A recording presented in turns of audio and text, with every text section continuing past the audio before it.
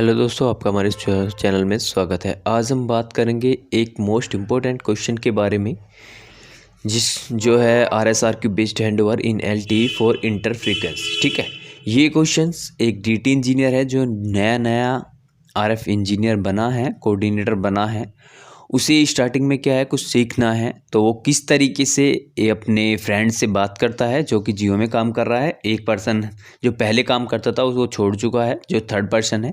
इन तीनों के बीच एक हेल्दी डिस्कशन है, वो किस तरीके से अपनी प्रॉब्लम को सोल्व करता है।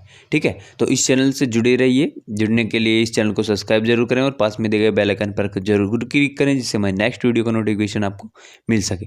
तो चलिए हम स्टार्ट करते हैं। देखिए उसका क्वेश्चन क्या है, drive test engineer learning RN over. ठीक है, वो एक ड्राइव टेस्ट इंजीनियर है, अभी ऑफिस में बैठा है, उसे काम सीखना है। तो उसका क्वेश्चन ये है, RSRQ based handover in LTE for inter frequency अगर वो करना चाहता है। ठीक है, if we set RSRQ based handover, अगर वो सेट करना चाहता है RSRQ based handover in LTE for inter frequency, उसमें कुछ नेगेटिव इम्पैक्ट आते हैं, देखने को मिलेंगे या नहीं मिलेंगे अगर वो इसे सेट कर देता है। तो उसने क्वेश्चन किया, तो जियो इंजीनियर है, जो जियो का जो RNO है उसका फ्रेंड है, वो क्या कहता है, for congested network with proper threshold it gives good benefit. ठीक है, अगर आपका जो नेटवर्क है वो कंजेस्टेड है, कस्टमर्स ज़्यादा हैं, यूजर्स ज़्यादा हैं, ठीक है, और थ्रेशोल्ड आपने ठीक से अच्छे से सेट किया हुआ है, तो आपका जो रिजल्ट मिलेगा वो अच्छा मिलेगा, बेनिफिट आपको ठीक होगा। ठीक है, तो क्वेश्चन वो कोई दोबारा से क्वेश्चन करता है जियो RNO से, अपने फ्रेंड से, could you tell at which level A2 can I set for RSRQ। यानी जो A2 होता है पैरामीटर, ठीक है, अगर RSRQ के लिए उसे सेट करना है तो किस तरीके से सेट करना है, उसकी वैल्यू क्या रखनी है। ठीक है, वो ये बोलता है कि मैं उसे -14 रख सकता हूँ, -14 मेरे लिए ठीक रहेगी या नहीं रहेगी। And for A3 and A5, यानी जो बैंड A3 A5 भी बैंड चल रहे हैं उसके, तो इनमें दोनों के लिए कौन सी वैल्यू बेटर रहेगी, यानी इन बैंड्स के लिए इन इवेंट्स के लिए क्या वैल्यू बेटर रहेगी, विच वन बेटर। ठीक है, ये इवेंट्स हैं, जो पैरामीटर्स हैं जो सेट करने पड़ते हैं। ठीक है, जियो RNO फिर रिप्लाई करता है, for which carrier you are asking, यानी किस कैरियर के लिए बात कर रहे हो आप, कौन कौन से बैंड पे आपका 4G चल रहा है। ठीक है, वो पूछता है उससे।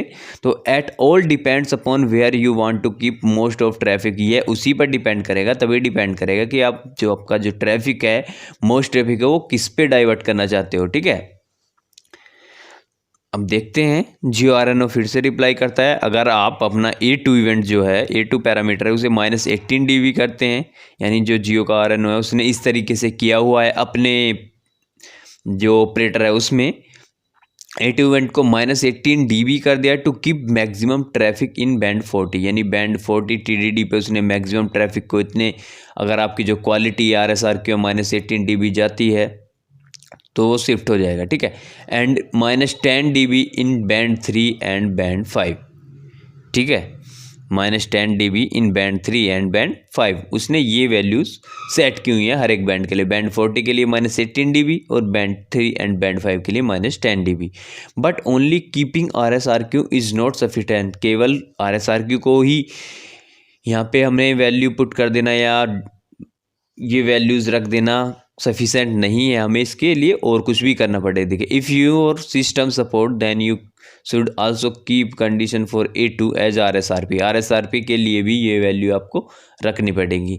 फिर से इंजीनियर पूछता है, DT इंजीनियर पूछता था, okay so you are keeping maximum user in band 40, वो कहता है कि आप यानी ज़्यादा से ज़्यादा यूजर बैंड 40 में रख रहे हो, और and lower layer shifting bad users in band 40, अगर लोअर लेयर जो है हमारी उनमें बैड यूजर्स हैं तो वो बैंड 40 पे जो आपके यूजर्स हैं उसको शिफ्ट कर दे रही हैं। ठीक है, as of now only RSRQ based there A2, यानी अगर हम RSRQ की बेस बात करें तो वो बेस्ड किस पर होगा, A2 पर।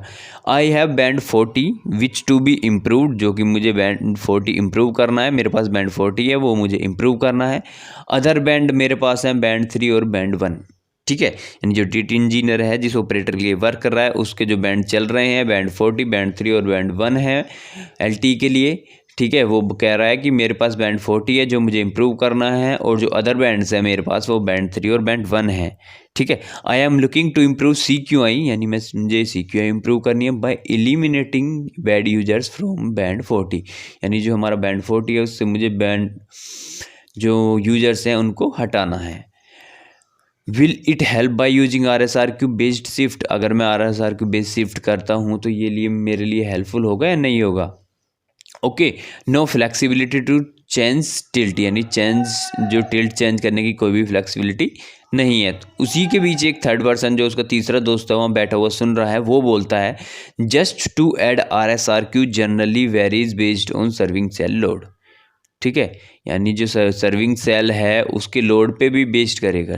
ठीक, so you may have different handovers behaviour, हो सकता है आपके हैंड ओवर बिहेवियर डिफरेंट हो in network during different time of the time.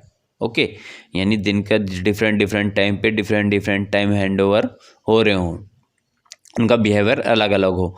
उसी के बाद जियो का बंदा रिप्लाई करता है keep RSRQ and RSRP both edge trigger quantity of A2 if your system allow, अगर आपका सिस्टम अलाउ करता है तो आपको RSRQ और RSRP दोनों को ही ट्रिगर कर देना होगा A2 के लिए। ठीक है, poor quality in downlink users will shift to band 3 and band 4, अगर आपकी पुअर क्वालिटी है डाउनलिंक में तो यूजर आपके शिफ्ट हो जाएंगे बैंड 3 और बैंड 1 पे, और RSRQ अगर पुअर क्वालिटी है आपकी अपलिंक में जो आपके यूजर्स हैं वो शिफ्ट हो जाएंगे RSRQ बेसिस पे।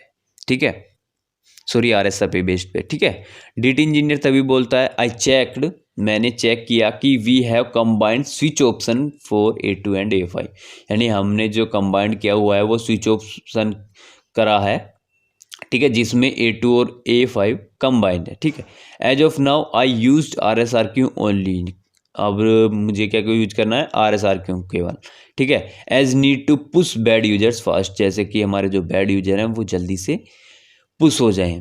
तभी जियो इंजीनियर बोलता है problem with only RSRQ is, अगर हम केवल RSRQ को ही करते हैं तो if there is less load in network RSRQ become good, अगर आपके नेटवर्क पर लोड कम है तब क्या होगा, जो आपका RSRQ है वो अच्छा रहेगा। उस कंडीशन में क्या होगा, हैंडओवर विल बी डिलेड, यानी जो आपका हैंडओवर होगा वो डिले होगा।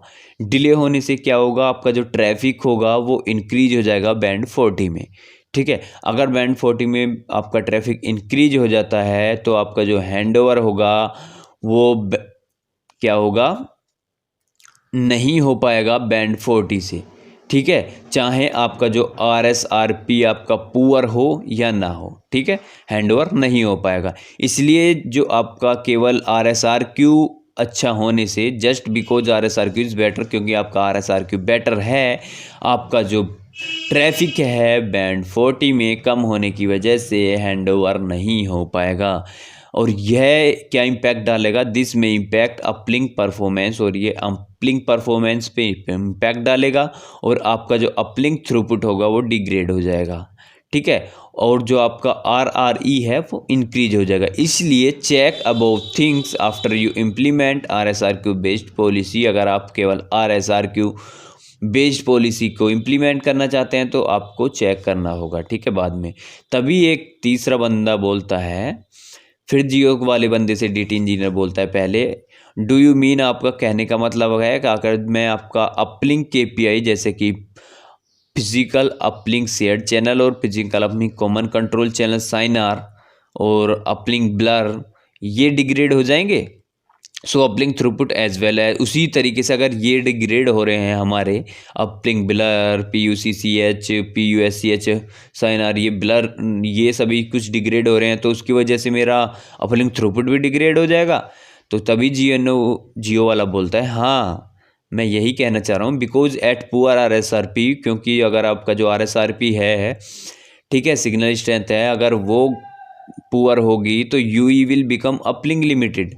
Okay, downlink quality will be good, जो आपकी डाउनलिंक क्वालिटी है वो अच्छी रहेगी, but uplink note, uplink quality आपकी अच्छी नहीं रहेगी। Beyond this will be situation mainly in rural areas, यानी यह सिचुएशन होगी जो रूरल एरियाज होते हैं, ग्रामीण एरियाज होते हैं उनमें, where word DL interference and loading is less, जहाँ आपकी जो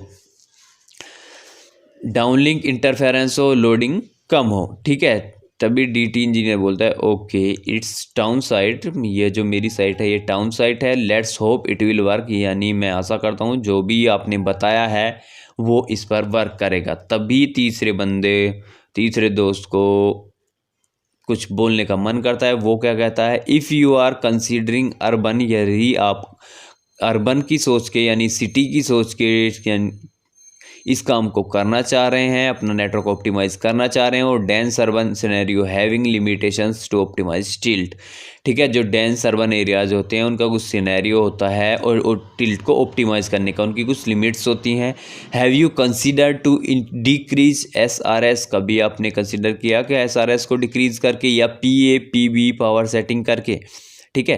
here in RJ Olympic games, यानी उसने भी अपनी एक कंडीशन, उसने भी बताया कि मैंने किसी तरीके से एक ओलंपिक गेम्स चल रहे थे कहीं पर, राजीव गांधी ओलंपिक गेम्स, ठीक है, ये चल रहे थे, वर परफॉर्म्ड द चेंज फ्रॉम, जो उसने चेंज किया उसने ये बताया द चेंजेस फ्रॉम 18,201 से उसने चेंज किया 15,200, ठीक है। May be it helps decreasing coverage overlap, यानी हो सकता है ये आपका कवरेज ओवरलैप को डिक्रीज कर दे, and can also improve throughput down rate since it transfer power from control to user plane, ठीक है।